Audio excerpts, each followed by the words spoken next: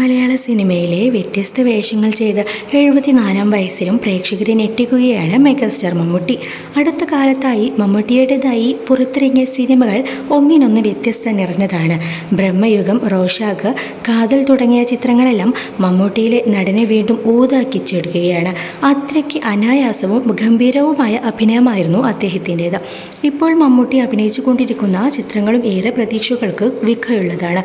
മഹേഷ് നാരായണൻ സംവിധാനം ചെയ്യുന്ന big budget ചിത്രത്തിലാണ് ഇപ്പോൾ താരം അഭിനയിച്ചു കൊണ്ടിരിക്കുന്നത്. ഇതിനിടെയാണ് മമ്മൂട്ടിയുടെ ആരോഗ്യത്തെ സംബന്ധിച്ച് ചില ഊഹാപോഹങ്ങൾ സോഷ്യൽ മീഡിയയിൽ പ്രചരിച്ചത്.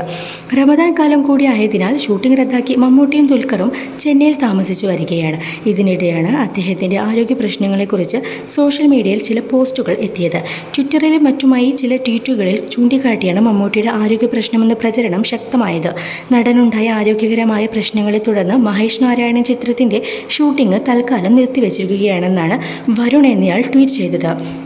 എന്തുപറ്റി മമ്മൂട്ടിക്ക് എന്ന ചോദ്യത്തിൽ അദ്ദേഹത്തിന് ക്യാൻസർ സ്ഥിരീകരിച്ചതായും ഇയാൾ മറുപടി നൽകി. ഇതുകൂടാതെ മമ്മൂട്ടിയുടെ ആരോഗ്യ പ്രശ്നങ്ങളെക്കുറിച്ച് സൈബർ ഇടങ്ങളിൽ പലതരത്തിലുള്ള പ്രചരണം നടക്കുന്നുണ്ട്. താരത്തിന് ശ്വാസതടസ്സം അനുഭവപ്പെട്ടു, ആൻജിയോപ്ലാസ്റ്റി ചെയ്തു എന്നിങ്ങനെ പല വിധത്തിലാണ് പ്രചരണം വന്നത്. ഇതോടെ ഇതേക്കുറിച്ച് അന്വേഷിച്ച മറുനടന് മമ്മൂട്ടിക്ക് നേരിയ ആരോഗ്യ പ്രശ്നങ്ങളുണ്ടെന്ന് സ്ഥിരീകരിച്ചു.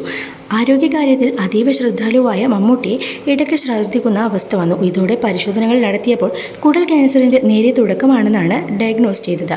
എന്നാൽ ഇത് അത്ര ഗൗരവമുള്ളതല്ലെന്നും നിസ്സാര പ്രശ്നവുമാണെന്നാണ് അറിയാൻ മമ്മൂട്ടിയുടെ ദൈനംദിന കാര്യങ്ങളെക്കുറിച്ച് അറിയുവാൻ പറഞ്ഞത്.